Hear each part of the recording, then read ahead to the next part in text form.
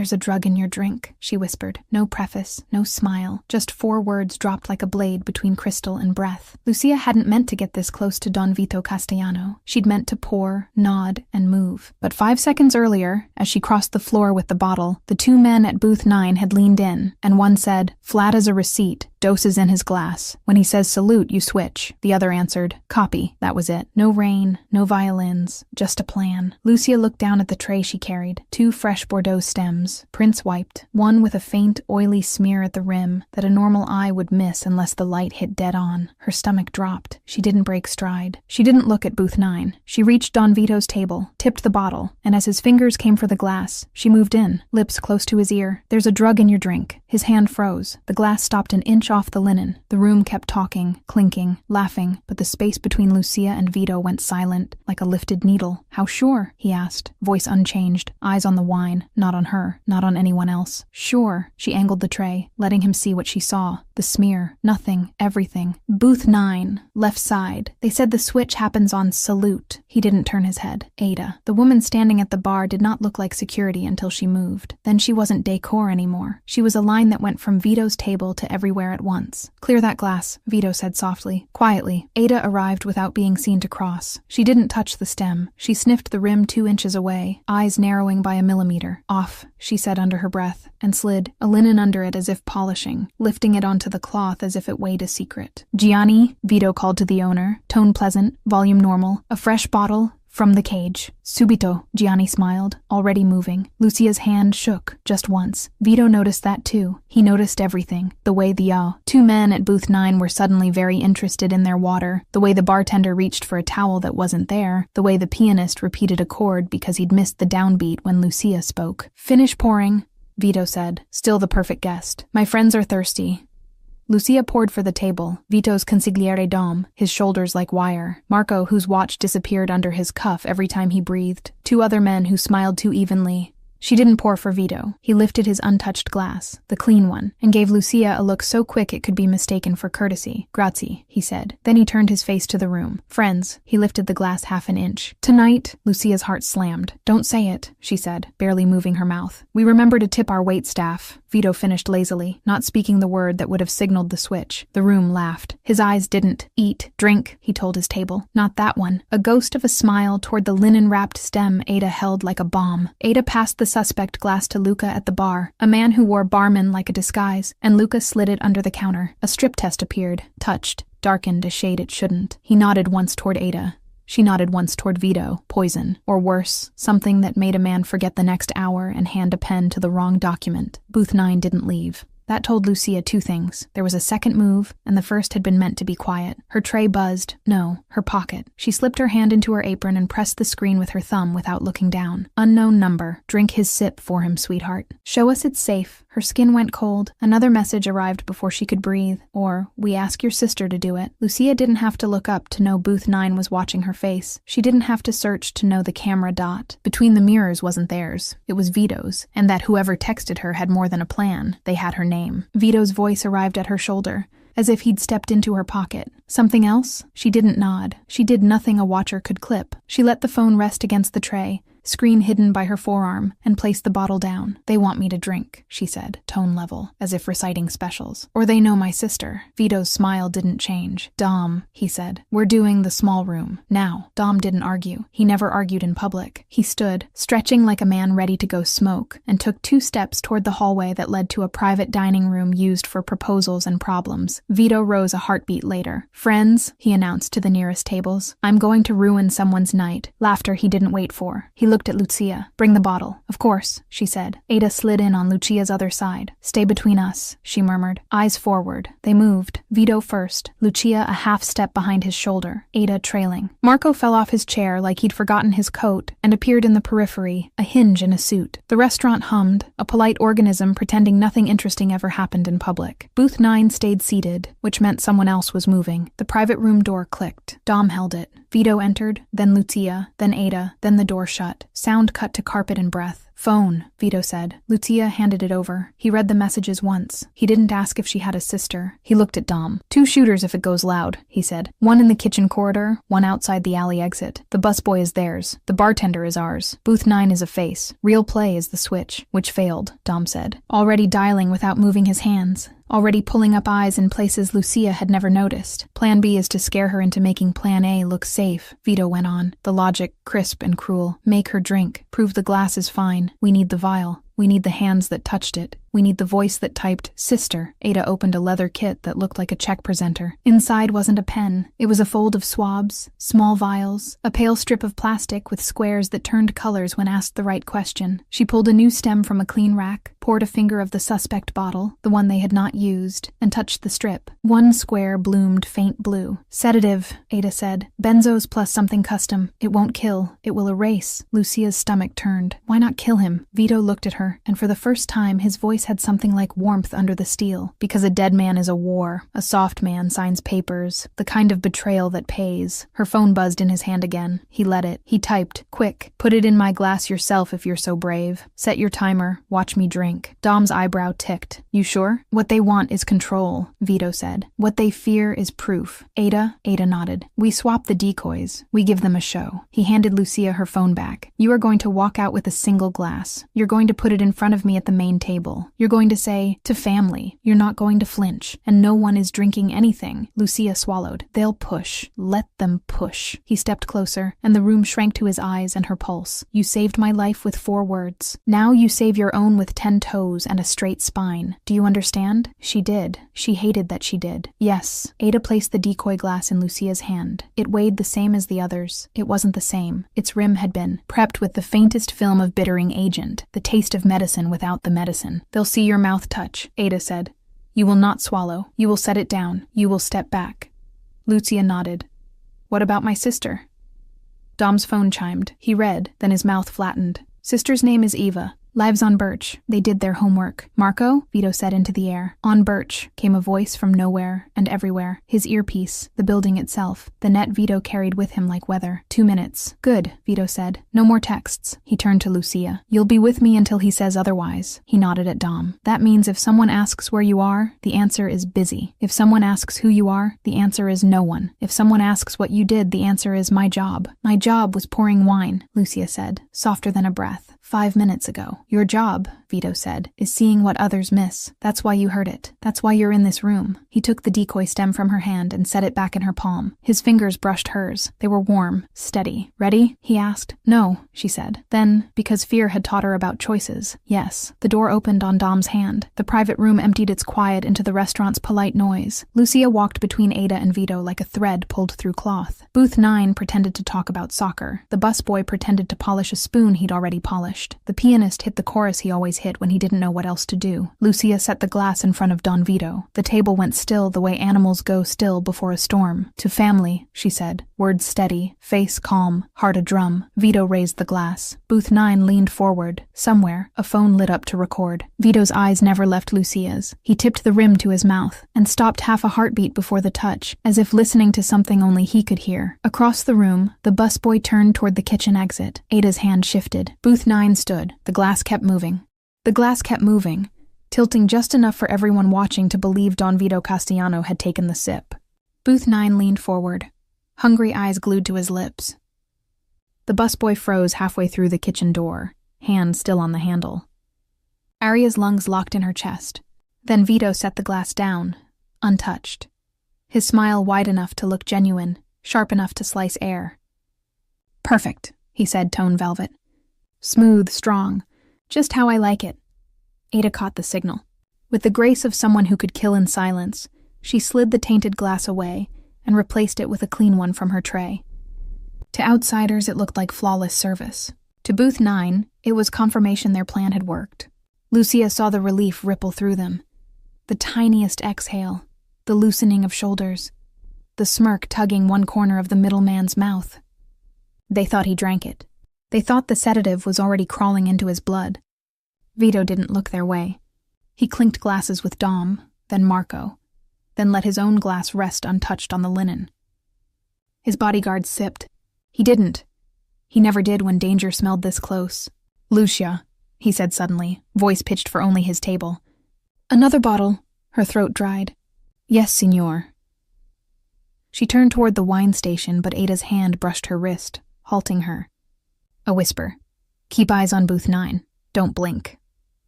Lucia obeyed. The man with the school ring pulled out his phone under the table, thumb flicking furiously. The busboy disappeared into the kitchen. The third man, broader, gold chain glinting under his collar, tapped his napkin like a silent countdown. Her phone buzzed in her apron. She didn't want to look, but she did. Unknown number. You should have swallowed it for him. Another vibration. Too late now. Watch what happens. Her pulse hammered so loud she thought the whole room must hear it. Vito saw her face pale. His smile never faltered. Dom, he murmured, cutting through the chatter around them. Now. Dom's thin frame unfolded. He stood, stretching casually, and strolled toward the hallway as if bored. Marco pushed back his chair with the slow menace of a man about to do anything his boss asked. Ada stayed a statue, Lucia whispered. They're moving. The techs, they know I saw. Vito's dark eyes found hers. Then you don't leave my side again. Before she could answer, the busboy burst from the kitchen. Too fast, tray in hand. His nervous smile pasted on wrong. He wasn't delivering food. He was delivering distraction. Wine for table 8, he barked, voice too loud, hands shaking. The tray tilted. Bottles crashed. Glass exploded across the floor. Diners gasped, chairs scraped. Half the room turned their heads. And in that sliver of chaos, the 2 men from booth 9 stood. One went for his jacket. The other moved toward the exit, phone to his ear. Down! Marco's shout thundered as his gun cleared leather. Lucia froze. She'd never seen a weapon so close, never heard the metallic whisper of a slide racked back. Diners screamed, ducking under tables. The pianist vanished off his stool. The man with the ring had a pistol halfway free when Ada's hand clamped his wrist. The crack of bone made Lucia flinch. The gun clattered to the floor, kicked under a chair by Ada's boot. She wrenched his arm behind his back and slammed him face first onto the linen. The broad man bolted toward the door. Marco's shot punched the wood inches above his head. Splinters flew. He stumbled, hands raised. Sit, Marco ordered. Or lie down forever. He sat. The busboy dropped what was left of his tray and ran, straight into Dom. The consigliere's thin frame moved like wire. He hooked the kid by the collar and drove him into the wall with deceptive gentleness. The phone tumbled out of the boy's pocket, screen still lit with a chat window full of instructions. Silence slammed back into the room, heavy and unreal. Diners crouched behind tables, peering out wide-eyed. The air smelled of spilled wine, gunpowder, and fear. Vito hadn't moved. He still sat at the head of his table, hand resting on the stem of a clean glass, smile carved in stone. Lucia, he said softly, evenly. Pour me another, a fresh one. Her hands shook as she obeyed, the bottle sloshing against the rim before she steadied herself. She filled his glass. He raised it. To loyalty, he said. His voice carried through the stunned restaurant, smoother than the wine, sharper than the gunshot still echoing in everyone's ears. He drank half in one swallow, no hesitation. When he set it down, the room exhaled. Diners clapped nervously, half convinced they'd just witnessed theater, not a near execution. But Lucia knew better. She'd seen the vial, heard the whisper, felt the text buzzing threats against her blood. Ada dragged the broken wrist man toward the private room. Marco kicked the broad one to his feet and shoved him after. Dom Frog marched the busboy, still whining, still swearing he didn't know what was in the bottle. Vito rose at last. He buttoned his jacket with casual grace, looked around the restaurant and smiled like a king who owned the night. Ladies and gentlemen, he announced, your meals are on the house. Enjoy. Applause. Nervous laughter. Relief. But his hand brushed lightly against Lucia's elbow as he passed, guiding her with him toward the hallway. His voice was a whisper only she could hear. You saved my life once, he said. Now they'll come for yours. That means you're mine until this is finished. Her breath caught. She wanted to ask finished how, but she didn't dare. She followed him, deeper into the restaurant's private rooms, as the captured men were dragged in and the door locked behind them. The game wasn't over. It had only just begun. The private dining room smelled of oak and old money, but tonight it was just another battlefield. Ada shoved the broken wrist man into a chair, Marco forced the broad one down beside him, and Dom slammed the busboy against the paneled wall so hard the sconces rattled. Vito walked in last, slow and deliberate, like a priest entering confession. He shut the door himself, and the click of the latch was heavier than a gunshot. Lucia hovered near the doorway, clutching the empty wine bottle like a weapon she wasn't sure how to use. She wanted to melt into the wallpaper, but Vito's earlier whisper rang in her ears. "That means you're mine until this is finished." "Names," Vito said quietly. The man with the ring sneered through the pain of his twisted arm. "You already know who we are. Humor me." Vito's tone could have been mistaken for politeness if not for the glint in his eyes. "Vincent Moretti," Dom supplied without being asked. "Known as Scar, former enforcer for the Torino Cousins in Chicago. His wrist tells the truth." Scar's good hand balled into a fist. "You think this changes anything? You drink that glass, you'd already be drooling on the table." Vito leaned close, his voice silk. "But I didn't, which means you're drooling here instead." Scar spat at the floor. Ada's heel pressed on his injured wrist until he grunted and looked away. Vito turned to the busboy, whose face was pale with terror. "And you?" I was just told to put the vial in the ice," the boy stammered. "They said I'd make good money. I didn't even know what it was." Dom plucked the phone off the floor and scrolled. Instructions, timestamps, pictures. They sent him everything. He knew. The boy's eyes filled with tears. "Please, I didn't mean—" Vito cut him off with a look. "Meaning doesn't matter. Actions do." Lucia flinched at the coldness of his tone. She wanted to speak up, to say the boy was young, maybe scared, maybe used. But the memory of those text messages, "We know your sister. Drink up," froze her tongue. Marco jerked his chin at the broad man. "Goldie Russo. Those teeth aren't fake." Debt collector turned hitter. "Likes breaking bones more than paying bills." Goldie smirked, gold glinting under the chandelier. "What can I say? I've got expensive taste." Vito stepped between them like a conductor before an orchestra. "So 3 men, 1 vial, 1 plan that failed, and 1 problem for me to solve." Scar leaned forward, breathing hard. "You can't touch us. We're connected. Kill us here. You start a war with Chicago." "Chicago already started it," Dom murmured. Vito's smile didn't reach his eyes. "I don't need to kill you tonight, Scar. I only need to know who sent you." Scar pressed his lips together. Ada twisted his arm again. The wet crack made Lucia's stomach turn. He gritted his teeth through the pain. "Carmine Torino. He wanted proof you could bleed. That's all." "Carmine," Vito repeated softly, like tasting a wine he'd once enjoyed and now found sour. Always too ambitious for his own good. Lucia's chest tightened.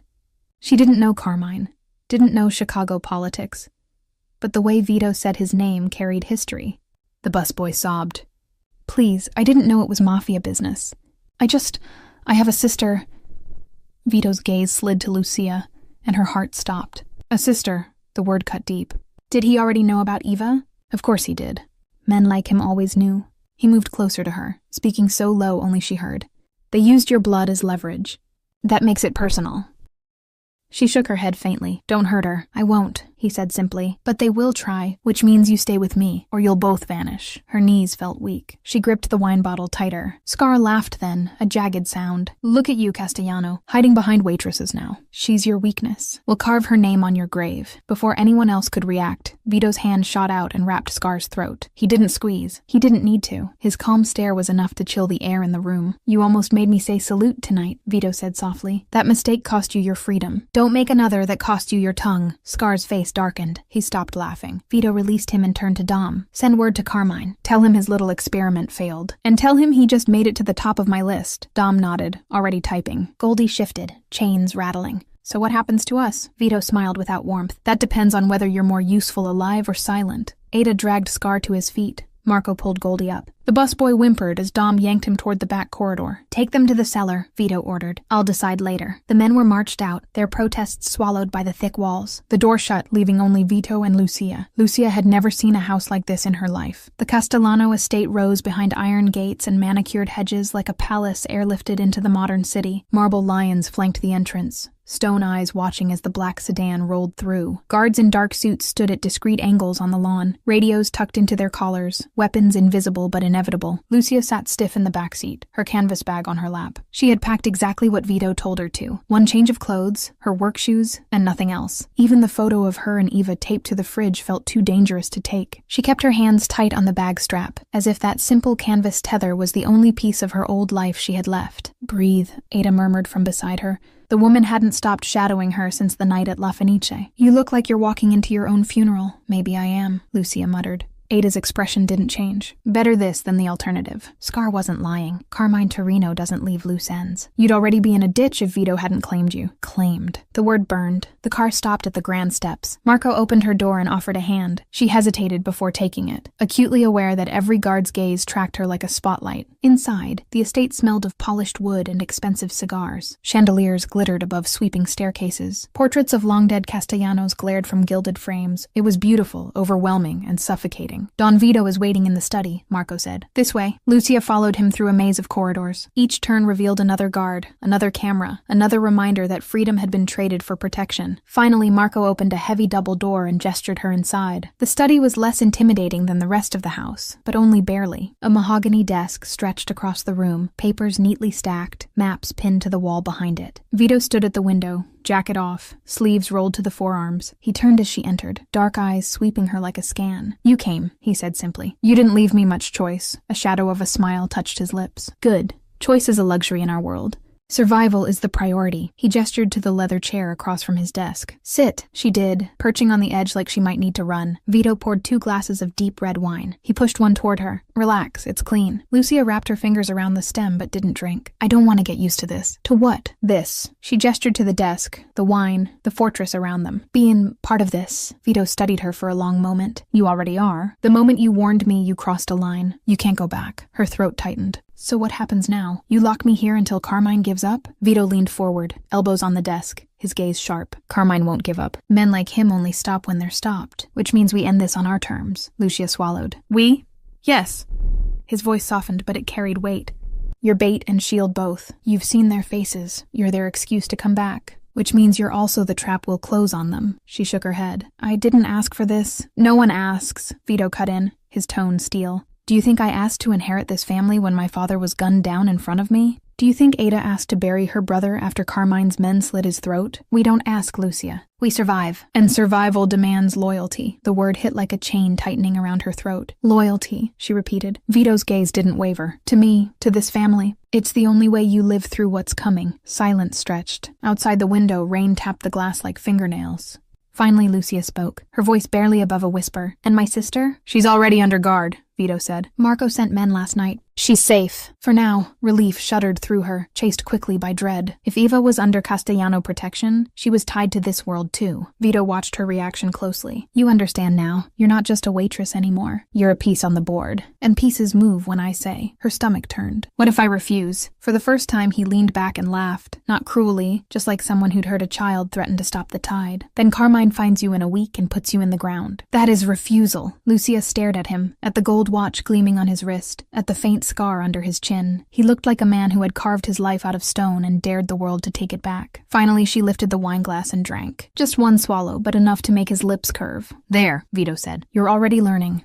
The door opened. Dom entered, thin and sharp as ever. He placed a folder on the desk. "Surveillance from last night. Carmine's people made contact with Scar's crew weeks ago. He's been planning this move carefully." Vito flipped through the photos. Grainy shots of Scar in a Chicago bar, Goldie on a payphone, the busboy meeting a man in a parking garage. Each page tightened the knot in Lucia's chest. "They won't stop," Dom said. "Even after last night. Especially after last night. Carmine hates being humiliated. He'll come harder." "Good," Vito said, voice calm. "Let him. We'll be ready." Dom nodded. "The Venetian Hotel. Tomorrow night. Their annual gala. Carmine's men won't resist. It's too public to kill you, but perfect to snatch her." He glanced at Lucia. Her stomach dropped. "Me?" Vito's eyes locked on hers. "Yes, you'll be visible. Protected.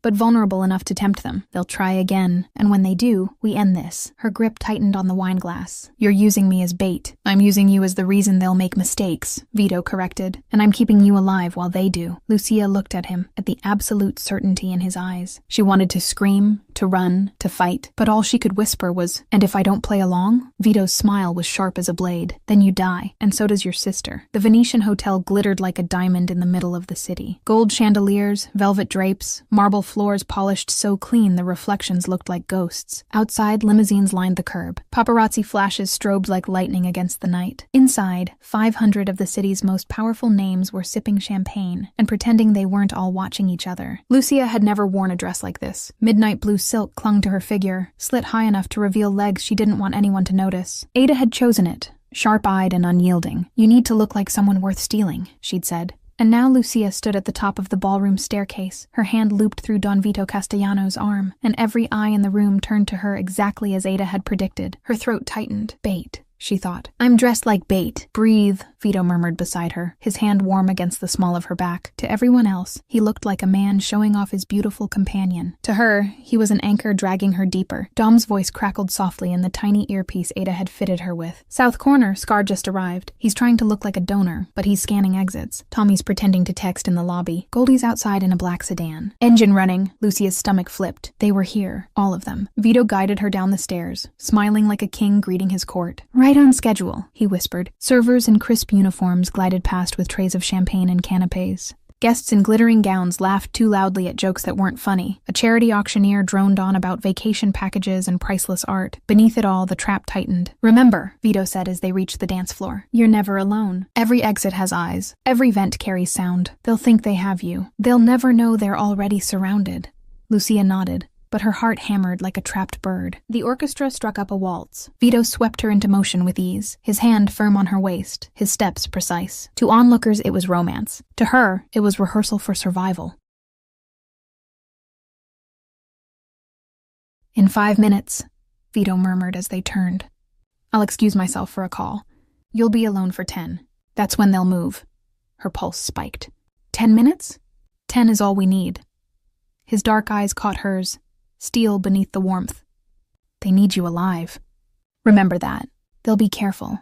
And when they try, my people close in." Dom's voice crackled again. Scars moving toward the service corridor. Tommy's circling the terrace doors. Goldie just stepped out of the car. Lucia's breath caught. She could feel them closing in. The song swelled.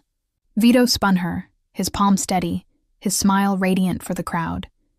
"Trust me," he said softly. Then he lifted her hand to his lips and kissed it with theatrical charm.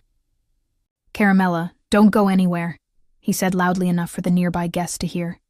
Then he released her and strode across the ballroom, every inch the man who owned the night. And just like that, she was alone. The orchestra shifted to another waltz. Guests paired off, laughing, gossiping. To anyone watching, she was just another woman catching her breath near the railing. But she felt it, eyes on her, circling, hunting. Dom's voice came again. "Hold position, Lucia. They're aligning." She turned slowly toward the terrace, as if needing air. The October night spilled in, cool, scented with city smoke. A handful of guests lingered, enjoying the skyline view. "Beautiful night, isn't it?" a voice said. She turned. Scar stood a few feet away in a tuxedo, glass of champagne in his good hand, smile carved into his scarred face. Up close, she could see the puckered line of damage running from ear to jaw, the story of violence written on skin. "Yes," she said, forcing calm. "Very peaceful." "Peaceful," Scar echoed, stepping closer. "Funny word, considering you're about to come with me." From the shadows by the service door, Tommy appeared, his youthful face hard with determination. Behind her in the ballroom, she glimpsed Goldie moving toward the terrace entrance, cutting off retreat. Dom's voice in her ear was a lifeline. "We see them. Hold, Lucia." Another 30 seconds. Her mouth went dry. Scar's hand slid inside his jacket, fingers brushing a weapon. His smile widened. "You can come quietly, or you can scream. Either way, you're coming." Lucia's chest tightened. She wanted to run, to fight, to scream. But then she remembered Vito's words. "They need you alive." "That's your edge." She met Scar's eyes. "I don't think so." He chuckled darkly. "Brave, I like brave. Makes it sweeter when it breaks." But before he could draw the gun, the terrace shifted. Men in tuxedos who had looked like ordinary guests suddenly moved with military precision. Earpieces glinted. Pistols appeared from hidden holsters. The few remaining donors gasped and scattered. Scar froze, eyes darting. Tommy's hand stalled mid-draw. Goldie cursed under his breath. Then a voice cut the night air, smooth and lethal. "Vincent Moretti," Don Vito called, stepping onto the terrace like a judge entering court. "I believe you wanted a conversation." Scar's face drained of color. Around him, every path was blocked. Ada by the door, Marco by the railing, Dom near the service corridor. The trap had sprung. Lucia's knees nearly gave out, but she stood tall. The predators were caged. For the first time, she realized Vito's promise had been real. She was never alone. But as Scar's cold eyes flicked toward her, she understood something else. This wasn't the end. This was only the beginning. Scar froze in the spotlight of Don Vito's voice. For a heartbeat, his scarred face stayed hard, eyes darting between exits, weighing the impossible. Then he smiled, slow and bitter. "You're clever, Castellano," he said, raising his hands just enough to show he wasn't reaching for his gun. "But clever only buys time. Chicago won't forgive this." "Chicago doesn't have to forgive," Vito replied smoothly, stepping closer. "They only have to remember. And tonight, they will remember your failure." Marco moved in like a shadow, gun leveled at Goldie's chest. Ada pressed her blade discreetly against Tommy's ribs. Dom slipped behind Scar, pale eyes glittering. The terrace was no longer a ballroom view. It was a cage. Lucia stood near the railing, her chest tight, her hands trembling. But her eyes didn't leave Vito. He was calm, controlled, dangerous. The kind of man who could turn a gala into an execution without blinking. Scar tilted his head toward Lucia. "And her?" he said, voice sharp. "She's nothing. A waitress you dragged into this. Kill us and she'll still die. Carmine won't stop until he buries her and everyone she loves." Lucia's breath caught. He knew. Somehow he knew about Eva. Vito's gaze flicked to her, then back to Scar. "That was your mistake. Threatening what's mine."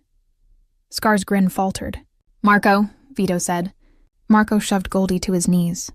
Goldie cursed, but the muzzle against his neck silenced him. Ada twisted Tommy's arm until the boy whimpered.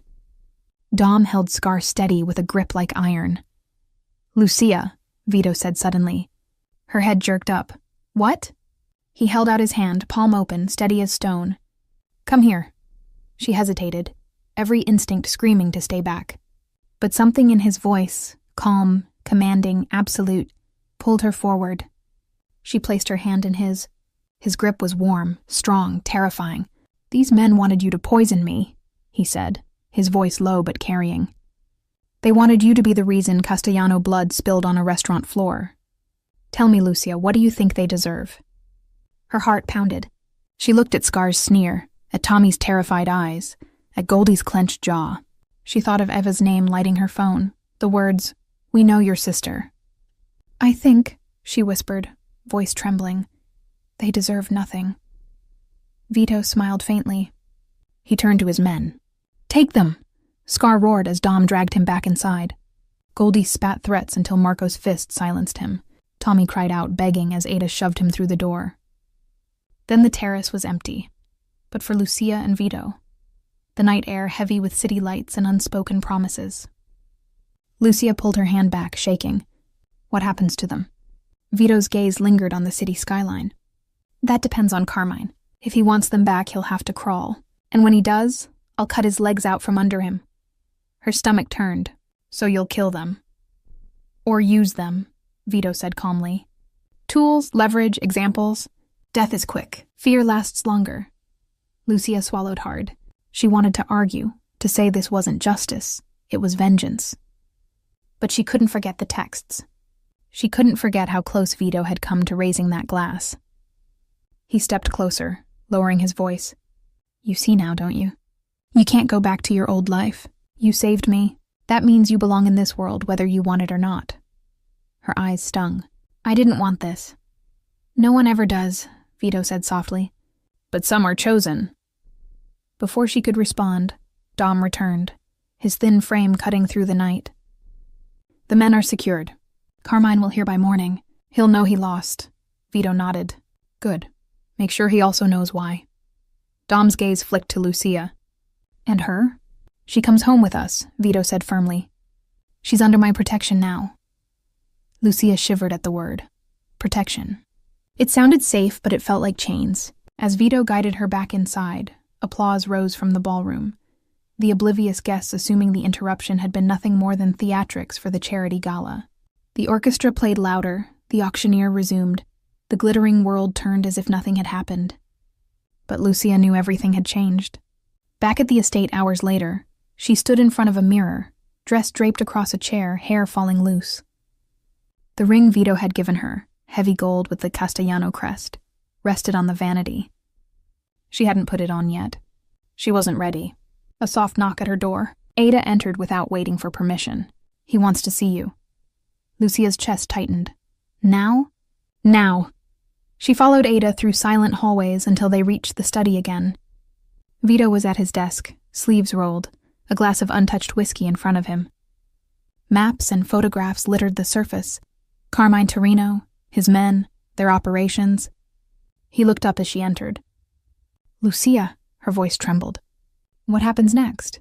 He leaned back, eyes never leaving hers. "Next we prepare for war. Carmine struck first.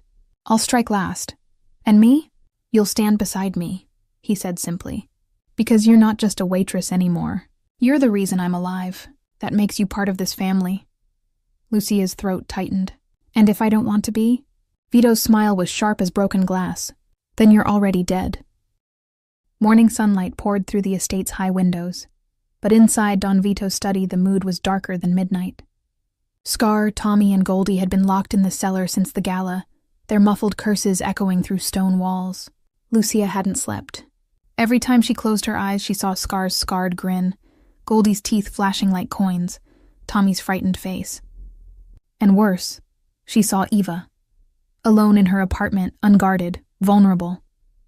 She gripped her phone so tightly her knuckles went white. Vito had promised Eva was safe, but no text had come. No proof, only silence. The door opened. Marco stepped in, broad shoulders filling the frame. Boss wants her. Lucia followed him to the study.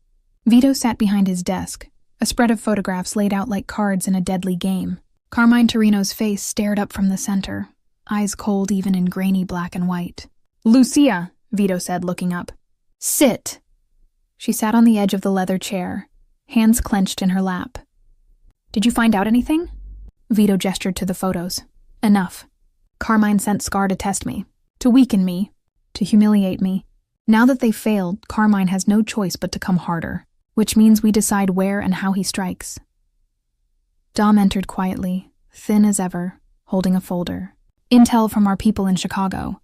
Carmine made calls last night. He's furious, but he's also careful. He knows Scar's crew are in our hands." Lucia leaned forward. "So what happens to them?" Vito's eyes locked on hers. "They'll live for now. Dead men close doors. Living men open them. We'll use them to draw Carmine in." Lucia's stomach churned. She hated the way he said "for now."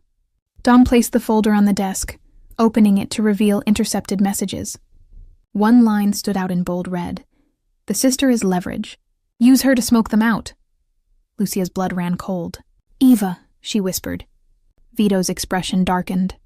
"Marco?" Marco nodded. "She's under guard. My men checked in 2 hours ago. She's fine." "Fine isn't enough," Lucia snapped, her fear exploding into anger. "They know about her. They'll keep trying until Carmine is dealt with," Vito cut in. His voice was steady, but his eyes burned. "And he will be." Lucia's chest heaved. "She didn't ask for this. She doesn't deserve, neither did you," Vito said softly. "But here you are." The words silenced her. Dom cleared his throat. "Carmine will make a move within days. Probably tonight. He can't afford to look weak after the gala. He'll either try to hit Eva directly or..." Dom's pale eyes slid to Lucia. "Or he'll try to take her again. Use her to break you." Lucia's skin crawled. "Then I should go to her." "Stay with her." "No." Vito's voice cracked like a whip. "That's exactly what Carmine wants. He'll expect it. He'll have men waiting. You'd walk both of you into a grave." Lucia shook her head, fighting tears. "So I do nothing?" "You trust me," Vito said, leaning forward. "You trust that I will protect her. That I will protect you. That I will end Carmine before he ever lays a hand on your blood." Her throat tightened. He spoke with such certainty, such steel, that for a moment she almost believed him. Almost. The door opened again. Ada entered, dragging Scar by the collar. His face was bruised, eyes blazing with defiance. Marco shoved Goldie in behind him, wrists bound, jaw swollen. Tommy trailed last, trembling, his youthful bravado gone. Ada forced Scar into a chair opposite Vito. "They're awake." Scar spat blood on the rug. "You think keeping us breathing makes you stronger? Carmine will burn this house to the ground to get us back." Vito poured himself a drink, swirling the amber liquid like he had all the time in the world. "He'll try, and when he does, I'll bury him in his own fire." Scar laughed bitterly. "You're finished, Castellano. Everyone knows you got soft. Taking in waitresses, protecting nobodies. You're not your father." The words hung heavy. Marco tensed. Dom's jaw twitched. Even Ada's expression flickered. Vito didn't move. He sipped his drink, set it down, and leaned forward. "You're right," he said calmly. "I'm not my father." Scar smirked. "I'm worse." The silence that followed was suffocating. Then Vito's gaze slid to Lucia. "Tell me," he said, "if you had the power, what would you do with them?" Her breath caught. "Me? Yes. You're the reason they failed. Your word kept me alive, so your word decides their fate." Scar sneered. "You don't have the stomach, girl. You're still just a waitress." Lucia's hands shook, but she forced herself to meet his eyes. "No," she said, voice trembling but steady. "I'm the reason you're still breathing."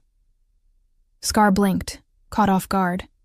Lucia turned to Vito. "Keep them alive. Make Carmine pay for them. Then destroy him."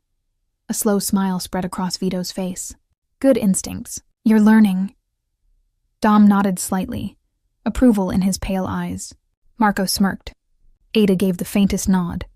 Scar cursed under his breath, but for the first time, fear cracked through his defiance.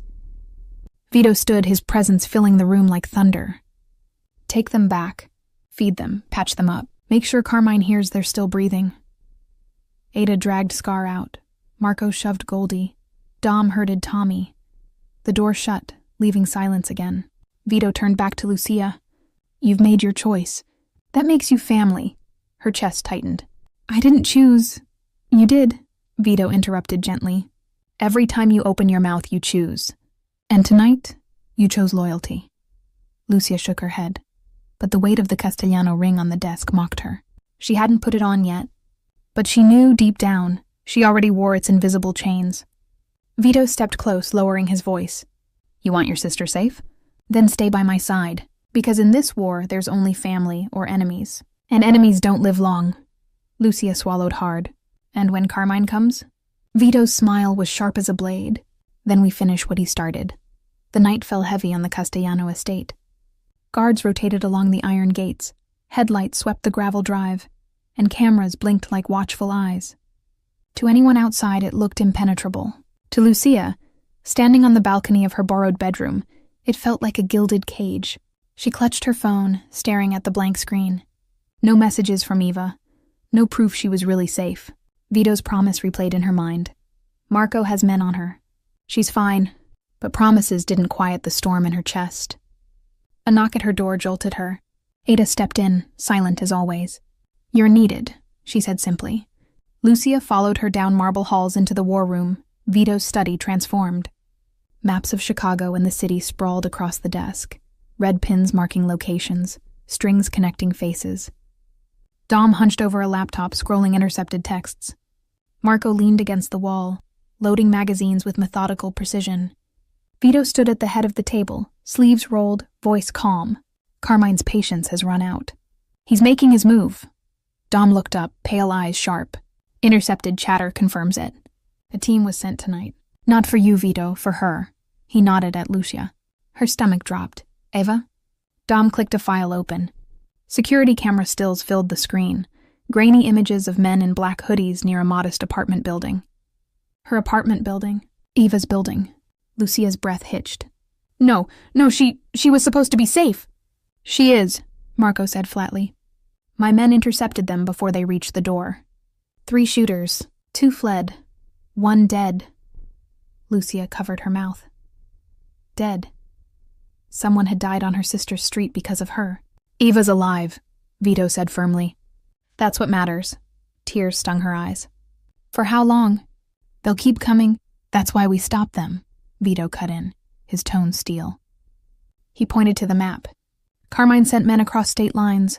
That's a declaration. He's forcing my hand. Dom adjusted his glasses. He'll expect retaliation. He'll prepare. Good, Vito said. Let him. This ends before the week is out. Lucia's voice cracked. You talk like it's simple. But it's not just you and Carmine, it's me. It's Eva. I didn't choose this war. Vito's gaze locked on hers, burning. Neither did I, but here we are. She shook her head, trembling. Why me? Why does it have to be me? Because you heard, Vito said softly. Because you saw, and because you whispered. The room went still. Ada's eyes flicked between them. Dom looked back to his laptop. Marco slid another bullet into a magazine with a quiet click. Lucia's chest tightened. She wanted to scream, to walk away, to grab Eva and disappear. But she knew the truth. Scar had been right. Running would only put a target on her back bigger than before. Her phone buzzed suddenly. An unknown number again. Lucia's hands shook as she read the message aloud. She's next. Unless you walk away from Castellano tonight. Her vision blurred. It's Eva. They'll kill her if... Vito snatched the phone, scanning the text with cold precision. He handed it to Dom. Trace it. Dom's fingers flew. Burner, pinging off 3 towers. But it's coming from inside the city. Vito's jaw tightened. He's closer than I thought. Lucia grabbed his arm, desperation flooding her voice. Please, you can't gamble with her life. Vito turned to her, his expression unreadable. I don't gamble. I calculate. And I don't lose. Easy to say when it's not your sister. His eyes darkened. Every man I've buried in this war was someone's brother, someone's son. Don't tell me I don't understand. Lucia froze, struck silent by the raw edge in his voice. Eda broke the silence. What's the play? Vito exhaled slowly, then straightened. We bring Eva here. Lucia's heart lurched. Here? No. She doesn't belong in this world.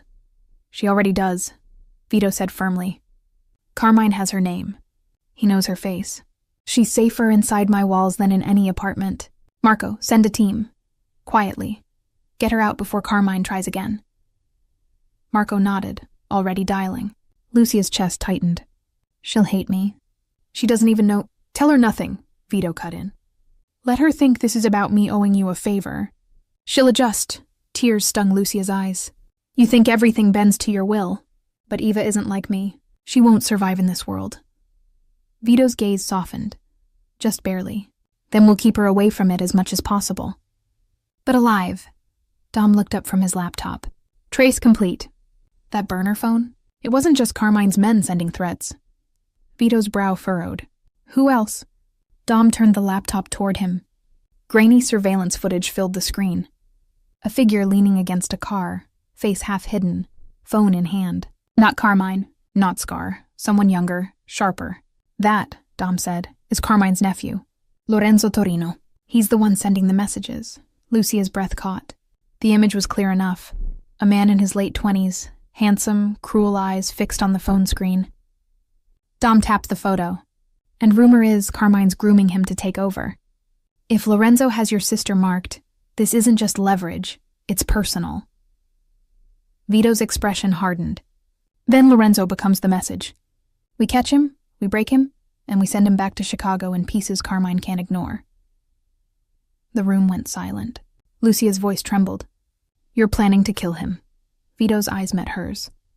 I'm planning to end this war before it ends you. Lucia shivered. She knew there was no turning back now. Not for her, not for Eva. And somewhere in the city, Lorenzo Torino smiled at his phone, already planning his next move. The Castellano estate gates swung open at midnight. And for the first time since this nightmare began, Lucia saw her sister again. Eva stumbled out of the black SUV, flanked by Marco's men. She looked small and furious in her oversized hoodie, her hair pulled into a messy bun. Her eyes, wide, dark, and identical to Lucia's, darted over the mansion, the guards, the cameras, the overwhelming display of power. Luce, she said, her voice tight. What is this? Lucia ran forward, pulling her into a desperate hug. Relief flooded through her. Warm, dizzying, so sharp it almost hurt. Eva stiffened for a moment, then hugged her back, confusion written all over her face. You're safe, Lucia whispered. That's all that matters. Safe? Eva pulled back, glaring. I was dragged out of my apartment by guys with guns. One of them carried me down the stairs like I was a bag of groceries. You call that safe? Lucia's throat closed. She glanced at Vito, who had come out onto the steps, his presence cutting through the night like a blade. Ava's glare shifted to him instantly. And who the hell is this? She demanded. Don Vito Castellano, he said smoothly, as if introducing himself at a dinner party instead of a midnight extraction. A friend of your sister's. You're welcome in my home. Eva snorted. Friend? Right. Guys like you don't have friends, they have property. Lucia's heart sank. Eva, please, no! Ava shook her head, her voice cracking. You vanished. No texts, no calls, nothing. And now I'm in some Mafia palace being told I'm safe? What did you drag us into, Luce? Lucia's chest ached. She wanted to tell her everything. That the wine was poisoned. That Scar whispered death over dinner. That texts promising blood had crawled into her phone like spiders. But how could she? How could she admit that 4 whispered words, "Don't drink that glass," had changed their lives forever? She saved me, Vito said suddenly, his voice calm but heavy with truth. Eva turned on him. Saved you? She's a waitress. She makes tips, not miracles. She saved my life, Vito repeated, his gaze steady. Which makes her family now. And family is protected. Eva's face twisted. Protected? This is prison. Lucia grabbed her hands. Eva, please. They know your name. They were at your building tonight. You weren't safe there. You're only safe here. Eva's eyes filled with tears, anger and fear clashing in her chest. She yanked her hands free. No, you made a choice for both of us. And now we're trapped in his world. Silence fell. Guards shifted uncomfortably. Marco looked away. Ada's hand brushed the knife at her hip. Vito didn't move. You're angry, he said, his voice low even.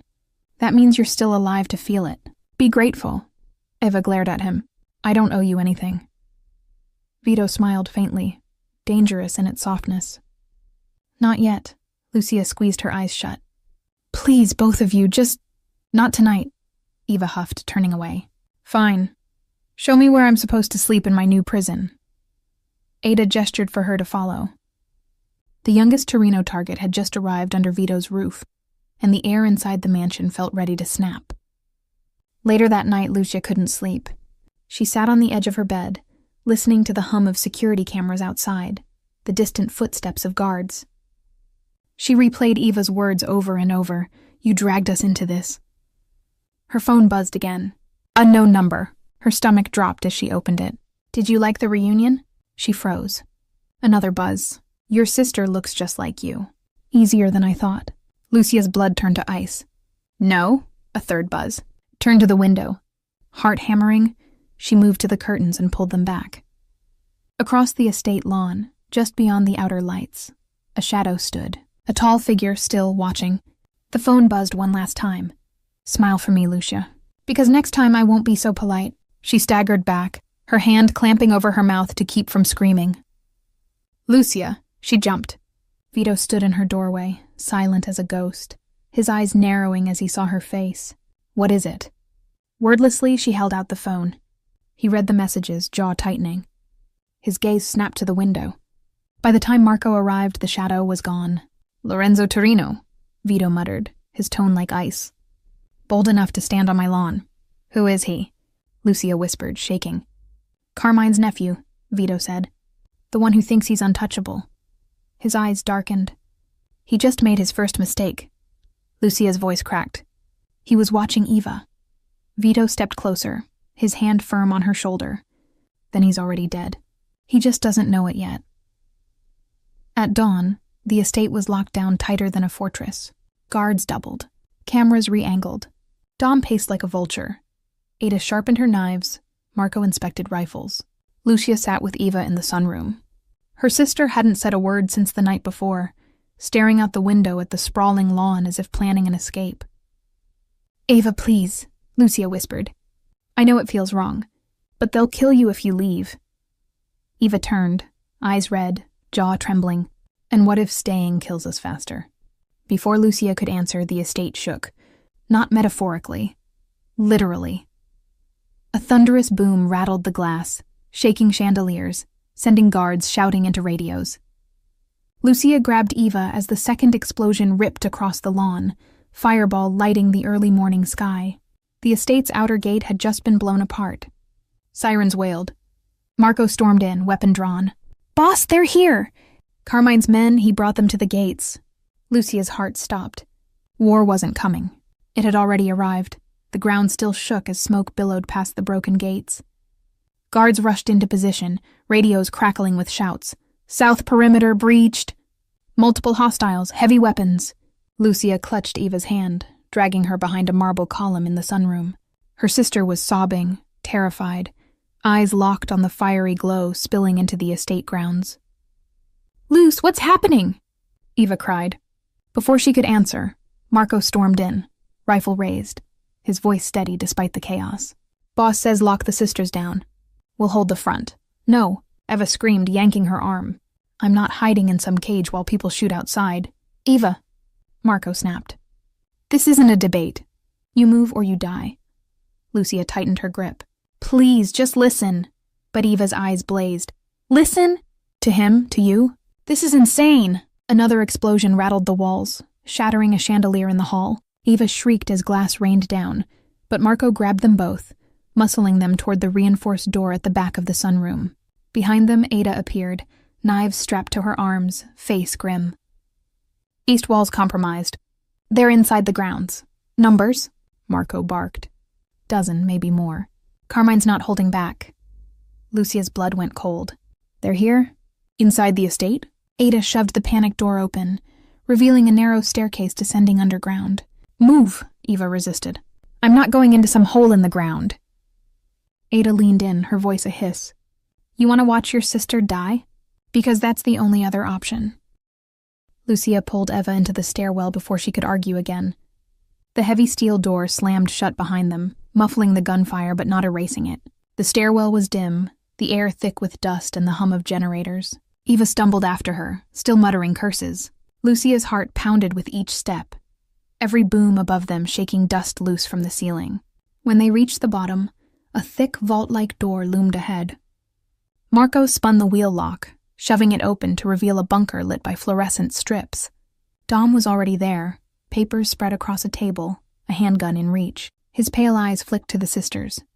"Good, at least they're alive." "Where's Vito?" Lucia demanded, breathless. "Where he always is when the wolves come to the door," Dom said evenly. "At the front, holding the line." The words hit like a fist. Above, the muffled roar of automatic fire rattled the bunker walls. Lucia pressed her palms over her ears, Eva burying her face against her shoulder. "Stay here," Marco ordered. "Do not open the door for anyone unless it's me or Ada. Understood?" Lucia nodded, though her chest screamed to run after Vito. Eva grabbed her hand like a lifeline. Marco disappeared back into the stairwell. Ada followed with a last glance, her expression unreadable. The door clanged shut, leaving them sealed in the bunker with Dom. Eva was pacing like a caged animal. "This is insane. They're bombing us. You're just going to sit here and wait to die?" Dom's voice was sharp. "Your sister already saved his life once. That's the only reason you're breathing. Don't waste it." Eva spun on him. "Saved his life? What is she, his pet now?" Lucia's chest burned. "Eva, please." "No, Luce." Eva snapped. "You keep defending him, but all I see is a man who dragged us into hell." Lucia's lips trembled. "I dragged us into hell. I heard them planning to poison him. I whispered to stop him. That was me. Not him." Eva's face crumpled. "Then you ruined us." The words stabbed deeper than any bullet. Before Lucia could answer, the floor above boomed like thunder. Dust rained down. Dom grabbed his radio, his voice sharp. "Status, static." Then Marco's voice strained. "They've breached the East Hall. Heavy fire. Boss is pushing them back, but..." The radio cut with a screech. Lucia's blood went cold. "Marco?" No answer. Dom cursed under his breath, turning to the sisters. "Stay down here. If Castellano falls, you'll be their prize." Lucia's chest heaved. She couldn't breathe. Couldn't sit still while Vito fought upstairs. The man who had pulled her into this world, chained her to it, terrified her. He was also the reason Eva was still alive. She stood suddenly, heart hammering. "I'm going up." Dom's eyes narrowed. "No." "Yes," she said, voice shaking but firm. "If they're here for me, hiding won't stop it. They'll tear this place apart." Eva grabbed her arm. "Luce, don't—" Lucia turned to her, tears brimming. "If I don't, we both die anyway." The radio crackled faintly. Vito's voice, calm even through static. "Dom, hold the bunker. I'm buying time." Lucia froze. His tone wasn't victory. It was finality. "No," she whispered. "He's not going to make it." Dom's jaw tightened. "He will." Another explosion shook the bunker, lights flickering. Eva screamed. And then silence. Too heavy, too wrong. The radio crackled again, but this time it wasn't Vito. A mocking voice slithered through the static. "Carlo sends his regards. The king's about to fall. Hand over the sisters, and maybe we'll let you crawl out alive." Dom's face drained of color. "Lorenzo." Lucia's knees buckled. He was inside the estate. Eva clutched her tighter, whispering in terror. "Luce." "He's coming for us." The bunker lights flickered once, then twice, as the sound of heavy boots thundered above. Dust sifted from the ceiling, sprinkling the table where Dom had spread his maps. Eva clung to Lucia's arm, nails digging into her skin. The radio crackled again. Lorenzo's voice, smooth, cruel, too close.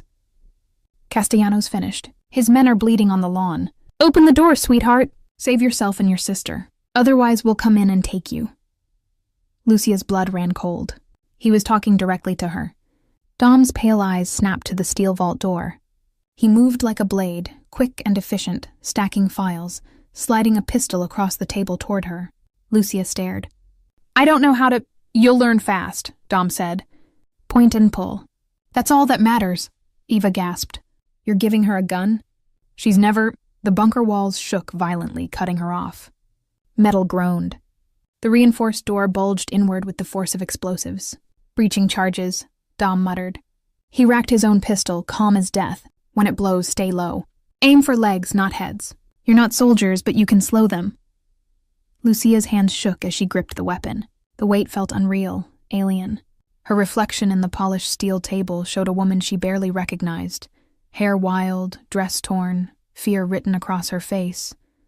But beside her was Eva, trembling, wide-eyed, whispering, "I don't want to die here." Lucia's chest hardened. She couldn't let that happen. The explosion came like a thunderclap.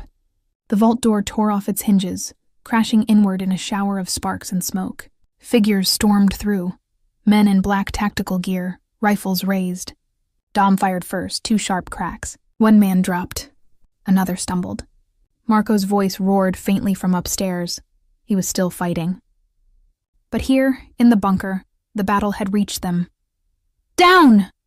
Lucia screamed, yanking Eva to the floor as bullets shredded the table. Sparks flew. The maps burned at the edges. She raised the pistol with shaking hands and fired. The recoil jolted her shoulder, nearly tearing the gun from her grip. But one of the attackers fell, clutching his thigh. Another advanced. Ada appeared behind him like a phantom, her blade flashing across his throat. He collapsed silently, crimson spreading across the concrete. More poured in, 6, maybe 7.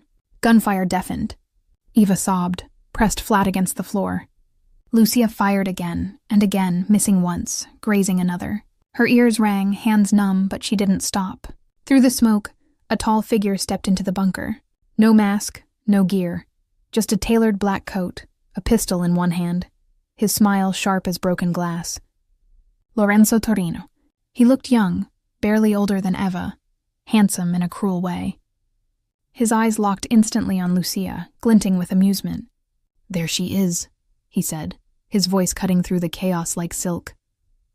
The waitress who thought she could play in men's games. Dom aimed, but Lorenzo's shot was faster. The bullet smashed into the table inches from Dom's hand, forcing him back. "This isn't your fight, old man," Lorenzo said smoothly. His pistol never wavered. "It's hers," Lucia's chest heaved. "Leave my sister out of this." Lorenzo chuckled. "Your sister? Sweet girl. Looks just like you. I could almost mistake her for you if the lights were dim." Eva whimpered. Shut up!" Lorenzo snapped, his tone sharp enough to slice. His eyes flicked back to Lucia. "Here's the offer. Walk out with me and Eva lives. Stay here and she dies screaming. Lucia's stomach twisted. She raised the pistol, her hands trembling. If you touch her... Lorenzo tilted his head, amused. Look at you, pretending you can pull that trigger again. Tell me, Lucia, did it feel good? That first one you shot? The way he fell? Her hands shook harder. Shut up! Or maybe it scared you, Lorenzo taunted, stepping closer. That's better. Fear makes you mine, just like it made your precious Don Vito's men mine. They're dying upstairs right now. The words stabbed deep. But before she could respond, a new sound filled the bunker. A single gunshot, loud, final. Lorenzo staggered, his pistol slipping from his hand. His coat darkened at the shoulder where blood blossomed. Behind him, framed in the smoke and broken steel, Don Vito Castellano stepped into the bunker. His suit was torn, his face streaked with soot, but his eyes were fire. He held his pistol steady, smoke curling from the barrel. Nobody touches what's mine, Vito said, his voice low and lethal. The room froze. The attackers glanced at each other, faltering. Vito moved like death itself. 2 shots, 2 men down. Another lunged with a knife, only to collapse as Ada buried her blade in his ribs. Marco stormed in behind Vito, bloodied but alive, mowing down the rest with ruthless precision. Within seconds, the bunker was silent again. Smoke drifted. Bodies sprawled across the floor. Only Lorenzo remained alive, clutching his bleeding shoulder, glaring up at Vito with venom. You can't stop it, Lorenzo spat. Carmine will bury you. He'll bury her. His gaze flicked to Lucia. Vito's gun pressed to Lorenzo's forehead. The room held its breath. But instead of pulling the trigger, Vito lowered the weapon. His smile was cold. Alive, you're more useful. He nodded to Marco. Bind him. He'll bring Carmine to us. Marco hauled Lorenzo up, chains biting into his wrists. Lucia dropped the pistol, her arms trembling violently. Eva crawled into her arms, sobbing, clinging like a child. Vito's eyes found hers across the bunker. And in that moment, through smoke and blood, she understood. She wasn't just part of this war anymore. She was the reason it would end. The bunker reeked of cordite and blood. Smoke still hung in the air, stinging eyes and lungs. Guards dragged bodies out one by one, the scrape of boots and groans of the wounded echoing down the narrow stairwell.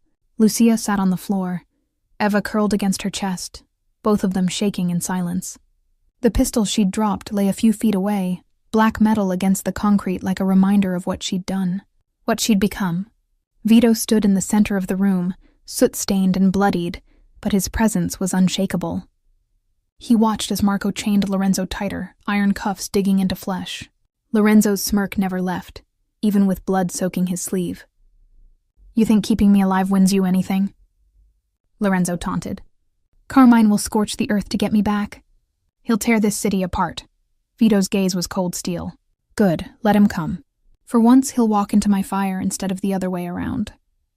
Dom slid a chair into the room, setting it in front of the table. He gestured for Lorenzo to sit. Marco forced him down, Ada standing behind like a shadow with her blade poised. Eva flinched at the sight. Luce, she whispered, her voice cracking. We shouldn't be here.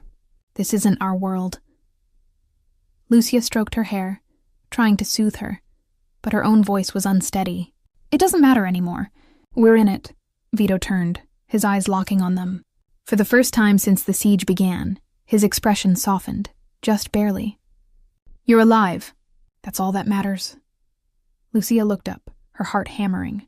For how long? They'll come again. They won't stop until Carmine is finished, Vito said, cutting her off, his tone absolute. Lorenzo chuckled darkly. You're dreaming, Castellano. You think this little fortress makes you untouchable? Carmine has allies. Politicians, cops, judges. You won't know where the bullet's coming from until it's in your skull. Vito's smile was thin. Then I'll make sure he never pulls the trigger. He leaned closer, his voice low, dangerous. Tell me where he's hiding.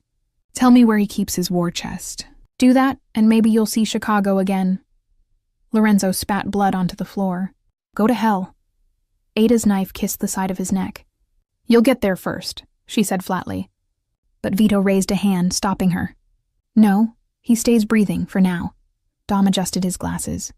Boss, if we hold Lorenzo, Carmine won't retreat. He'll escalate. This war ends one of two ways. We bury them, or they bury us. Vito nodded once. Then we bury them. The words rang through the bunker, final as a death sentence.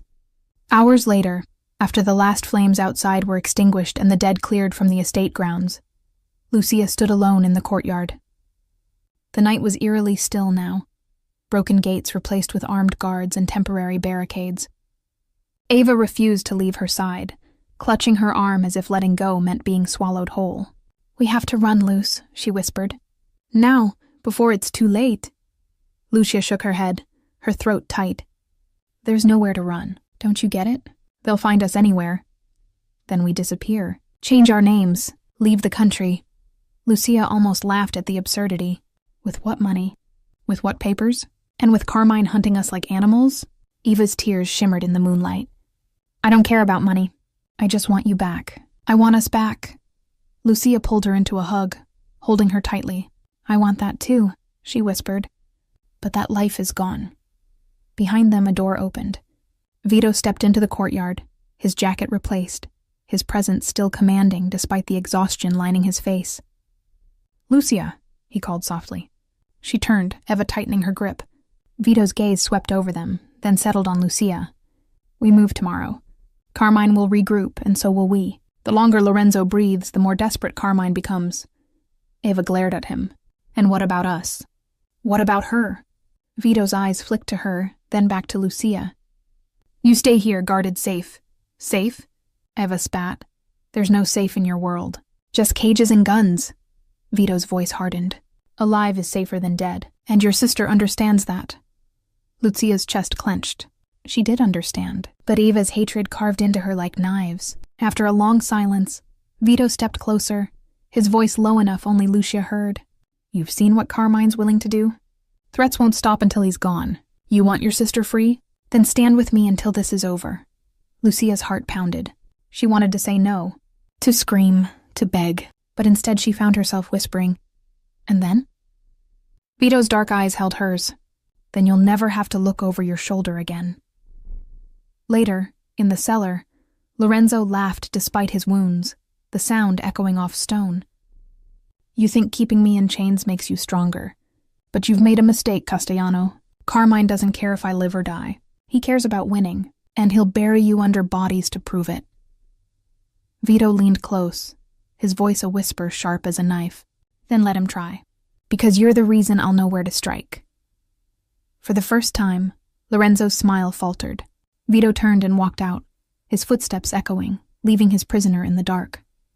In her room, Lucia couldn't sleep. She stared at the Castellano crest ring on the bedside table, its gold glinting in the moonlight. She thought of the girl she'd been 2 weeks ago, pouring wine, wiping tables, dreaming of nothing bigger than making rent. That girl was gone. In her place was a woman tied to a man who waged war with cities, a woman whose sister's life now depended on whispers, guns, and choices she never wanted to make.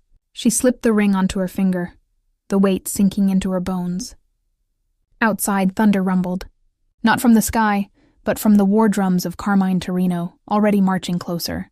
And in the silence of her room, Lucia whispered to herself the truth she could no longer deny. There's no escape. Only survival. The morning after the siege, the Castellano estate looked like a scar. Charred earth blackened the gates, broken glass glittered in the grass, and guards patrolled with harder eyes than before. But inside, war rooms never slept. Lucia stood at the edge of the study, Ava curled into a chair beside her, refusing to look at anyone. On the desk lay a single folder, delivered by a courier who hadn't lived long enough to explain it. Vito flipped it open. Inside was a letter, typed, unsigned, but stamped with a seal everyone in the room recognized. Carmine Torino. Vito read aloud, voice calm, almost amused. Return my nephew by midnight tomorrow. Fail, and I'll turn this city into a graveyard. You're outnumbered. You're outgunned. Don't test me. He folded the letter neatly, set it aside, and poured himself a drink. He's nervous. Dom arched an eyebrow. That's not nerves. That's a line in the sand. Lines are meant to be crossed, Vito said. Lucia's voice cracked. You're going to fight him. Even if it burns the city down? Vito's dark eyes met hers. I don't burn cities. I own them, Carmine's mistake is thinking we play the same game. Ava scoffed, breaking her silence. You're all insane. He's threatening to kill hundreds of people, and you sit here talking about owning cities. Ada leaned against the wall, arms folded, knives glinting. Your uncle made the threat, not us. He's not my uncle. Eva snapped. He's not our anything. We're not part of this. But her words fell flat. Even she knew they were already too deep. Dom slid a map across the desk. Chicago strongholds. Carmine's men run most of the west side, but his real base is the warehouse district. Cash, weapons, safe houses. Burn that and you burn him. Vito sipped his drink, studying the map with cold eyes. Perfect. Lucia's stomach twisted. Perfect? People live there, families, you can't just... He cut her off. I don't kill civilians, Lucia, but I will cut the legs out from under anyone who points a gun at me, or at you. Her breath caught. At me? You're the reason Carmine's desperate, Vito said softly. You embarrassed him. You gave me leverage. Now he'll throw everything at breaking you. That's why you stay close to me. Eva's voice was sharp. So you're just going to use her? Like bait? Vito didn't blink. Like family. Eva stood, trembling with rage. You keep saying that word. Family. But all I see are cages and chains. If you really cared about her, you'd let her go. Lucia's heart clenched. She wanted to say yes, to beg Vito to release her. But when her eyes met his, something else rose. Fear. Yes, but also a dangerous pull she couldn't deny. She's safer here, Vito said.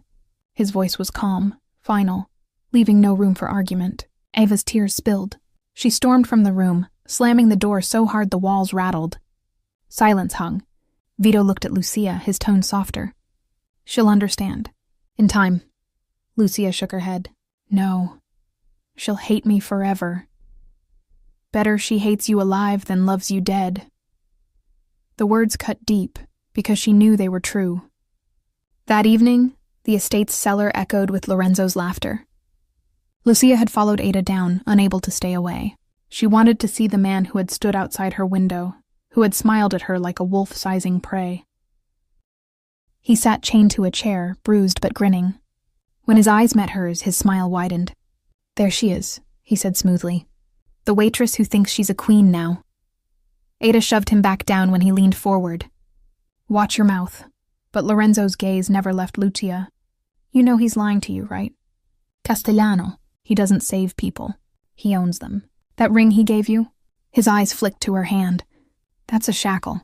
Gold-plated, but a shackle all the same. Lucia swallowed hard. You don't know anything about me. I know enough, Lorenzo said, his voice dripping venom. I know you didn't grow up in this world. I know you want out, and I know he'll never let you leave. His words crawled into her chest like thorns. She wanted to deny them, but deep down she feared he was right. Ada's knife pressed to his throat. One more word and you'll choke on it. Lorenzo chuckled. Go ahead, kill me. Carmine will slaughter you all before the blood dries. Ada's jaw tightened, but she didn't strike. Lucia turned and fled, her pulse hammering. She hated Lorenzo, but his words echoed in her skull long after she left the cellar. That night, Vito found her in the garden, sitting alone under the broken moonlight. You shouldn't wonder, he said softly. Not tonight. I can't breathe in there, she whispered. Your guards, your guns, your walls, it feels like a coffin. He crouched in front of her, his face shadowed. It's not a coffin. It's armor. You think I like walls? Gates? Guards watching my every step? No, but without them I'd be dead. And so would you. Her throat tightened. Ava hates me. She hates you. She'll never forgive this. Vito's eyes darkened. She'll forgive one day, when she sees you alive. Lucia looked at him, tears brimming. And if she doesn't? His hand brushed hers, warm and steady. Then you'll still have me. Her heart stuttered. She should have pulled away, but she didn't. For the first time, she let herself wonder if she wanted to. At midnight, Dom stormed into the study, phone in hand. Boss, Carmine just made his move. Everyone turned. Dom's voice was grim. He's calling in politicians, judges, even federal agents. He's painting this as a kidnapping. He wants Lorenzo back through the courts. If that fails, he'll send an army. Either way, the clock is ticking. Vito's jaw clenched. Then we don't wait. We strike first. Lucia's blood ran cold. Strike where? Dom laid down fresh intel. Photos of warehouses, bank accounts, blueprints. Chicago, he said. We burn his empire to ash. Lucia's breath caught. Chicago. The city Carmine ruled like a king. The city that would now become a battlefield. And she, a waitress who once whispered don't drink, was standing at the heart of a war about to swallow them all. The black sedan cut through the night like a knife, headlights slicing the fog that clung to the outskirts of the city. Inside, silence reigned except for the low hum of the engine. Lucia sat in the back seat beside Vito, Eva pressed against her other side like a shadow unwilling to let go. Marco drove, eyes fixed on the road, while Ada sat in the passenger seat, blade strapped openly to her thigh. Dom had chosen to stay behind, coordinating through encrypted channels. Chicago loomed ahead, a skyline of steel and fire. Vito broke the silence first. His voice was calm, too calm. By tomorrow morning, Carmine Torino will have nothing left. Eva scoffed bitterly. And how many people will you destroy to make that true? Vito didn't look at her. As many as it takes. Lucia reached for Eva's hand, but her sister pulled away. The distance between them hurt worse than any gunfire. Vito noticed. He always noticed. His gaze shifted to Lucia. You'll stay close to me tonight. No wandering, no mistakes. Carmine's men will be desperate. Desperate men make rash choices. Lucia's throat tightened. And if I can't do what you ask? Vito leaned closer, his dark eyes holding hers. You already did the night you whispered those words. You saved my life. You think I'll ever doubt you again? Her heart stuttered. She wanted to believe him. She wanted to believe that her courage wasn't an accident. But fear still gnawed at her ribs. Eva muttered under her breath. He doesn't trust you. He's just using you. Vito's lips curled faintly. If I didn't trust her, we wouldn't be driving into enemy territory with her at my side. Eva said nothing more, but her silence was a storm. The convoy pulled into an abandoned rail yard on the edge of the warehouse district. Dozens of Vito's men waited, dressed in plain dark suits, rifles hidden beneath overcoats. Their faces were grim, eyes sharp. Marco parked near a rusted freight car and stepped out first, scanning the shadows. Ada followed, blades catching moonlight. Vito opened the door for Lucia and Eva, his hand steady as he guided them out. Stay behind me, he said simply. The rail yard was alive with whispers, the low crackle of radios, the distant groan of steel. In the center, under the weak glow of a hanging light bulb, sat a single reinforced chair. Chains rattled against it. Lorenzo. He was already there, dragged out from the cellar and strapped in like a prize on display. His face was bruised, his lips split, but his smirk hadn't faded. When his eyes landed on Lucia, his grin widened. Ah, my golden waitress. Come to watch me die? Lucia flinched, but Vito's hand brushed her back, grounding her. Not tonight, Vito said coldly. You're going to bring your uncle to me. Lorenzo laughed, a hollow sound. You think Carmine will walk into your little trap? He'll level this place before he steps foot here. Vito's smile was sharper than a blade. That's the plan. The rail yard transformed into a fortress over the next 2 hours. Men hauled crates into firing positions, snipers climbed skeletal towers, and vehicles formed barricades at the entrances. Dom's voice crackled through radios, directing movements from afar. Lucia and Eva sat on a crate near Vito's command table. Maps were spread wide, pins marking warehouses, escape routes, and expected Torino reinforcements. Eva whispered fiercely, We have to run, Luce. Look around. This isn't survival. This is suicide. Lucia shook her head. If we run, they'll find us. You saw what they did at the estate. I'd rather die free than live like this. Eva snapped too loud. Heads turned. Vito didn't. He continued studying the map as if her words were nothing more than passing wind. But Marco's eyes narrowed, and Ada shifted uneasily. Ava's defiance was dangerous here. Dangerous to herself. Dangerous to them all. Lucia grabbed her hand, squeezing. Please, not now. Eva yanked free, tears burning in her eyes. Near midnight, the sound of engines filled the night. Headlights appeared on the far side of the rail yard. Dozens of vehicles. Black SUVs, armored trucks. Carmine Torino's army. The men shifted, rifles clicking into readiness. The tension was a living thing, sharp as glass in the air. Vito stepped forward into the open yard, unflinching, his coat sweeping like a banner. Lucia's breath caught. He looked every inch the king of this war, unyielding, unafraid. The convoy stopped. Doors opened. Carmine Torino emerged. He was nothing like Lorenzo. Older, broader, dressed in a flawless three-piece suit that gleamed under the weak lights. His presence filled the yard, radiating command. Beside him marched his lieutenants, dozens of men with rifles in hand. When his gaze found Vito, the corner of his mouth lifted. So, the boy king of New York comes to Chicago. And he brings... what? His eyes flicked to Lucia, sharp and cruel. A waitress? Laughter rippled through his men. Lucia's chest burned with shame and fury, but she didn't look away. Vito's voice cut like steel. She's the reason you failed, and she'll be the reason you lose again tonight. Carmine's eyes narrowed. You're playing with fire, Castellano.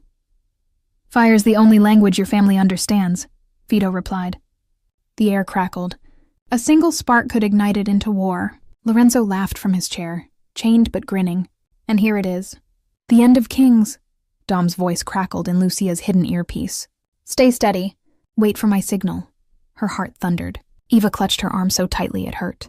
Carmine raised a hand. His men aimed rifles. Vito's fingers brushed the trigger of his pistol, his body perfectly still, and then the world held its breath. The rail yard was silent except for the hum of Carmine's engines and the cold night wind rattling through rusted steel beams.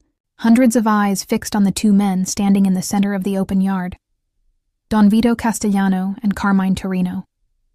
Lucia's pulse thundered in her ears. She clung to Eva's hand, though her sister was trembling so hard she could barely stand. Every instinct screamed to run, but there was nowhere to go. Carmine stepped forward, his shoes crunching gravel, his suit gleaming even in the half-light. He looked at Vito as if measuring a coffin. You've made a mistake bringing this fight here, Carmine said, voice booming like a judge passing sentence. Chicago is mine. Every dock, every warehouse, every street corner. And you... His gaze flicked to Lucia, sharp as a blade. Brought a waitress to a war. Vito didn't flinch. You should know by now, Carmine. Sometimes it's the smallest moves that tip the board. He tilted his head slightly. In the shadows, Castellano snipers shifted. Lucia could feel it, an invisible net already strung around the Torinos. Carmine smiled coldly. And sometimes pawns get sacrificed. He snapped his fingers. In an instant, chaos erupted. Gunfire exploded like thunder, tearing through the rail yard. Sparks flew off metal crates. Men shouted, fell, scrambled. The war had begun. Lucia dropped with Eva behind a stack of freight, her heart in her throat. Bullets punched holes into the steel inches above her head. Stay down! Marco roared, firing from the opposite flank. His voice was steady, but blood already darkened his sleeve. Vito moved through the chaos like he was born in it, firing with deadly precision. Two of Carmine's men fell before they even raised their rifles. Ada was a ghost in the dark, knives flashing, cutting throats before screams could rise. Lucia pulled Eva close, trying to shield her. She shouldn't be here. None of them should. But then she remembered Lorenzo's words. A waitress who thinks she's a queen now. Maybe she wasn't a queen, but she wasn't powerless either. Through the haze she saw him, Lorenzo, still chained to his chair, laughing like a madman as bullets flew around him. And then, impossibly, one of Carmine's men reached him, with a hidden key. The chains fell. Lorenzo rose, stretching his arms, his grin feral. Miss me, uncle? Carmine's eyes flared with recognition, then fury. You betrayed me? But Lorenzo was already moving, scooping up a rifle from a fallen guard. He aimed, not at Vito, not at Carmine, but at Lucia. Her blood froze. Vito shouted her name and fired, but Lorenzo ducked behind the wreckage. Bullets tore through the crate shielding her, wood splintering inches from her face. Ava screamed, "Run!" Lucia pushed her sister toward a gap in the barricades. Find cover. Eva shook her head violently, clinging. Not without you. Lucia's hands trembled, but she shoved her away with every ounce of strength. Go. Eva stumbled into the dark, disappearing between freight cars. Relief and terror crashed through Lucia at once. But then Lorenzo was there, close, too close, his rifle aimed straight at her chest. Well, Bella, he hissed, sweat and blood streaking his face. Looks like you get to die in the story you wrote. Her hands shook as she raised her pistol. His laughter was cruel, echoing over the chaos. "You won't shoot me. You're still just a waitress." Her finger hovered on the trigger. Her whole body screamed in terror. And then she remembered. The first night. The whisper. "Don't drink." The glass frozen in Vito's hand. She had moved without thinking then, and she could move without thinking now. Lucia squeezed the trigger. The pistol cracked. Lorenzo staggered, his rifle falling from his hands. Blood bloomed across his chest, shock flashing across his face. His lips moved, trying to speak, but no sound came. He collapsed into the dirt. Lucia's chest heaved, her hands shaking violently. She had done it. She had killed him. "Lucia!" Vito's voice roared through the chaos. He was at her side in seconds, his arm hauling her up, shielding her with his own body as gunfire still cracked across the yard. "It's over," she gasped, her voice breaking. Not yet. His eyes were fire. Not until Carmine falls. Across the yard, Carmine fought like a man possessed, his guards falling one by one. But Castellano's trap was closing, Marco's men driving them back, Ada carving paths through the chaos. Finally, Carmine found himself surrounded. Vito stepped into the circle, his pistol raised. Blood streaked his face, his suit torn, but his stance unshakable. "It ends tonight," Vito said. Carmine spat on the ground. "You'll never kill me. Even if you put a bullet in my skull, others will rise. The city will always belong to Torinos." Vito's smile was cold. "Not anymore," a single shot echoed. Carmine crumpled to the ground, lifeless. The yard fell silent. It was over. Lucia stood frozen, her ears ringing, her heart pounding. She had just watched one king fall and realized another still stood, one who now owned not just the city, but her life. Ava ran back into the yard, her face streaked with tears, and threw her arms around her. Lucia clung to her desperately, both of them shaking, both of them alive. Vito holstered his gun and walked to them. He studied Lucia, his gaze lingering on the pistol still trembling in her hand. "You saved me twice now," he said softly. "And tonight, you saved yourself." Lucia's knees nearly buckled. She wanted to scream, to weep, to run, but when his hand touched her face, steady and warm, she realized the truth she couldn't deny. There was no running anymore. She belonged here, whether she chose it or not. 2 weeks later, Rosario's glowed like a jewel in the heart of the city. Its shattered windows had been replaced, its cracked tiles polished, its walls repainted. To anyone walking in from the street, it looked like nothing more than a neighborhood restaurant reborn. But Lucia knew better. This was no longer just a restaurant. It was a fortress, a throne room, the place where everything had begun, and everything had ended. She stood at table 4, the center of the room, smoothing the linen cloth with trembling fingers. The table where Don Vito Castellano had once nearly raised a poisoned glass. The table where she had whispered, "There's a drug in your drink." Her life had never been the same. "Stop fussing," Maria's warm voice cut through her thoughts. The owner bustled past, smiling like she always did, but her eyes flicked toward the suited men stationed discreetly in every corner. They weren't busboys. They weren't waiters. They were Castellano soldiers. Lucia smiled faintly. "Habit. Habits keep you alive," Maria said softly, squeezing her shoulder before moving on. The doors opened. A hush fell over the room. Don Vito entered. He wore no armor, no visible scars from Chicago, but his presence filled the restaurant like fire fills a hearth. His men flanked him, but they were unnecessary. Everyone who mattered already knew. Carmine Torino was dead, and the Castellanos ruled unchallenged. Lucia's heart skipped. She told herself it was fear. She told herself it was the weight of everything she'd done. But when his eyes found hers, she knew it was something else. "Bella," he said warmly as he reached the table. "Rosario's shines again. Just like you." Her cheeks flushed, but before she could answer, Eva appeared from the kitchen carrying a tray. She wore the apron awkwardly, clearly out of place, but alive. That was what mattered. Alive. Eva set the tray down with more force than necessary, her eyes avoiding Vito. She muttered, "Dinner's ready," before slipping back into the kitchen. Lucia's chest tightened. They were still sisters, but something fragile had cracked between them. Vito watched her go, then turned back to Lucia. His smile was faint, knowing. She'll understand. In time. Lucia shook her head. She doesn't want to understand. She wants to forget. And you? Vito asked softly. Do you? She looked at him, at the man who had dragged her into this world, the man she had saved and who had saved her in return. She thought of Lorenzo's body hitting the dirt. She thought of Carmine's last breath. She thought of the ring sitting heavy on her finger, the Castellano crest glinting in the candlelight. No, she whispered. I don't forget. Not anymore. His eyes softened. For the first time, she saw not just the king of shadows, but the man beneath. The man who bore scars invisible to the world. Then your family, he said simply.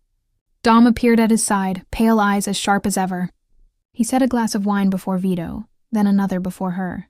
His voice was cool. Everything is ready. The city bows again. Vito nodded. Good. Tonight we celebrate. He raised his glass. The restaurant hushed, all eyes turning to him. Lucia's breath caught. This was the moment. The ritual. The toast. The word that had almost killed him weeks ago. Her hand trembled around her glass. She remembered the first night, her whisper against his ear. Don't talk. Vito's eyes met hers. He smiled faintly, knowingly. Salute, he said. The word no longer froze her blood. This time she lifted her glass with him. Salute. Their glasses clinked, and the sound rang like a bell through Rosario's. Soft, final, binding. Eva stood in the kitchen doorway watching. Her face was pale, unreadable. But she didn't stop them. Lucia sipped, the wine warm on her tongue. She had thought once that saving his life had destroyed hers. But now, as Vito's hand brushed hers beneath the table, steady and strong, she realized the truth. Her old life had ended that night, yes, but a new one had begun. A dangerous one, a bloody one, but one where she mattered. She wasn't just a waitress anymore. She was Castellano. Outside, the city roared with ordinary life. Cars, laughter, arguments, dreams. People rushing through their evenings with no idea of the war that had nearly burned their streets. Inside Rosario's, under candlelight and shadow, a bond was sealed forever. Lucia had learned the first rule of Vito's world. Once you were family forever. Whether that was a promise or a threat didn't matter anymore, because she chose to see it as both. And she lifted her glass again, smiling faintly. Salute.